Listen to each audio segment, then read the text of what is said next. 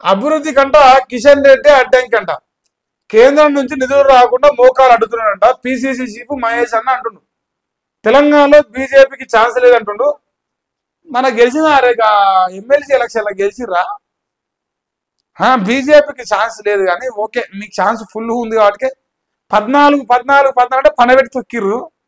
అయినా మనకు సిగ్గు వస్తలేదు కానీ ఎమ్మెల్సీ ఎలక్షన్లో మనకు స్థానం వచ్చిందా? ఎన్ని వచ్చినాయి? 3 ఎన్ని వచ్చినాయి? మనకు 3 వచ్చినాయి. వచ్చినాయి 3 వచ్చినాయి. మన స్థానం ఫుల్గా ఉంది ప్రజలల్లో. మహేష్ అన్న అంటుంటే కిషన్ రెడ్డి అంటే మరి అభివృద్ధికి అడ్డంకంట. నాకు తెలియదు చూడు. ఇక తెలంగాణలో బీజేపీకి ఛాన్స్ లేదు. ప్రజామోదంతో 2 ఏళ్ల పండుగ చేస్తున్నాం. కేసీఆర్ అప్పుల భారం లేకుంటే మరిన్ని స్కీములు తెచ్చే వాళ్ళమని తెలియదు. మీరు ఏమిచ్చిరా? నీకు తెచ్చి మరిన్ని కాదు అసలు తెచ్చిరా? ఉన్నాయి తెస్తే కదా మరిన్ని సంగతి మాట్లాడేది. ఉన్నాయే చేయలేదు, ఇంకా మరిన్ని జోలికి పోతుంది మీరు. మరిన్ని ఏమొద్దు, మాకు కేసీఆర్ ఇచ్చిన పథకాలు ఇస్తే గొప్పే. ఇక రైతులకు రైతు బంధు ఇంత పంట కొని చేతనైతే రుణమాఫీ అయితే మీరు ఆడికే 100 కోట్లు నాయన, ఆడికే 100 కోట్లు. వీళ్ళట ప్రభుత్వం పథకాలు అమలు చేసి తట్టుకోలేకపోతున్నాం మనం. ఇన్ని పథకాలు ఇచ్చారు నాయన మీరు. ఇక మీరు చెప్పమంటే పొద్దుకులు చెప్తారు. ఇగో ఈడ అందుకే ఉన్నాయి మీ పథకాలు ఏంది, మీ లెక్క ఏంది, మీ కథ ఏంది ఇక్కడ కనిపిస్తుంది, రోజు కనిపిస్తుంది జనాలకు. ఇక మొత్తానికి కదా కిషన్ రెడ్డి దంచుకుండు. ఇంకా మా కిషన్ అన్న చూడరా, ఇంకా మా కిషన్ అన్న ఇంకా మీద పాలనలో మార్పు రాలేదట. కేసీఆర్ పోయి రేవంత్ రెడ్డి వచ్చిండు తప్ప దోపిడీ ఆగలేదట కిషన్ అన్న అన్నాడు. ప్రజాపాలనగా ఇది ప్రజా వంచన పాలన అంటుండు. దమ్ముంటే హామీల అమలుపై చర్చకు రావాలంటుండు.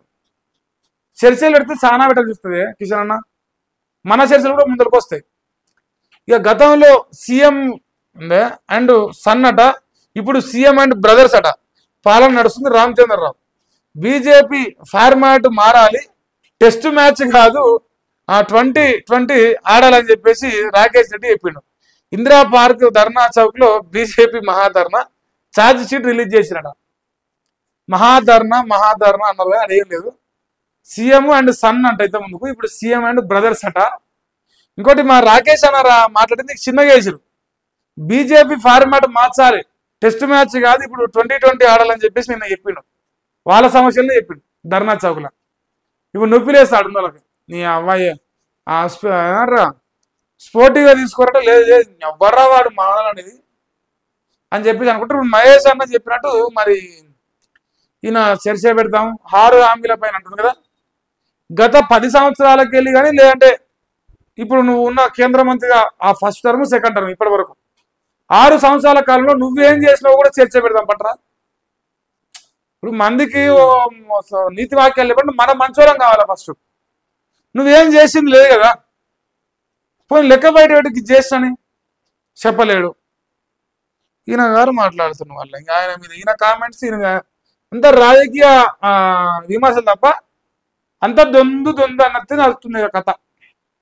ఏం పనికి వస్తుంది ముచ్చట. ఇంకా మా పెద్ద సారు బీఆర్ఎస్ పని కథం అయిపోయిందట మా పెద్ద సారు చెప్తున్నాడు. అందుకే ఎన్ని పార్టీలలో పోరాడిండో ఆయనకు కూడా లెక్క తెలియదు. ఆయన లెక్క పెట్టుకుంటే పొరలాడింది లెక్క చూస్తే ఇప్పుడు ఆయన పొదుగుతుంది. ఎందుకంటే అన్ని చిక్కులు తిరిగి వచ్చింది ఈయన మాట్లాడుతున్నాడు. జూబ్లీస్ ఓటమితో మరింత డౌన్ ఫాల్ అంట మంత్రి ఈఏకు. ఊర్లలో ఆ పార్టీకి క్యాడర్ కూడా లేదట. సర్పంచ్ ఎన్నికలో మాకు పోటీనే లేదట. పోటీనే లేదు. మరి పిగనీగా తిరుగుతురా మీరు ఊర్ల పంచి? మీకు బీఆర్ఎస్ పార్టీ లేదనుకుందాం, మీకు పోటీ లేదనుకుందాం, మీరు ఎందుకు తిరుగుతున్నారు మరి ఊర్లల్లో? ఎందుకు మీకు భయం అవుతుంది ఓడిపోతామని? అసలు లేనే లేదు కదా పోటీ.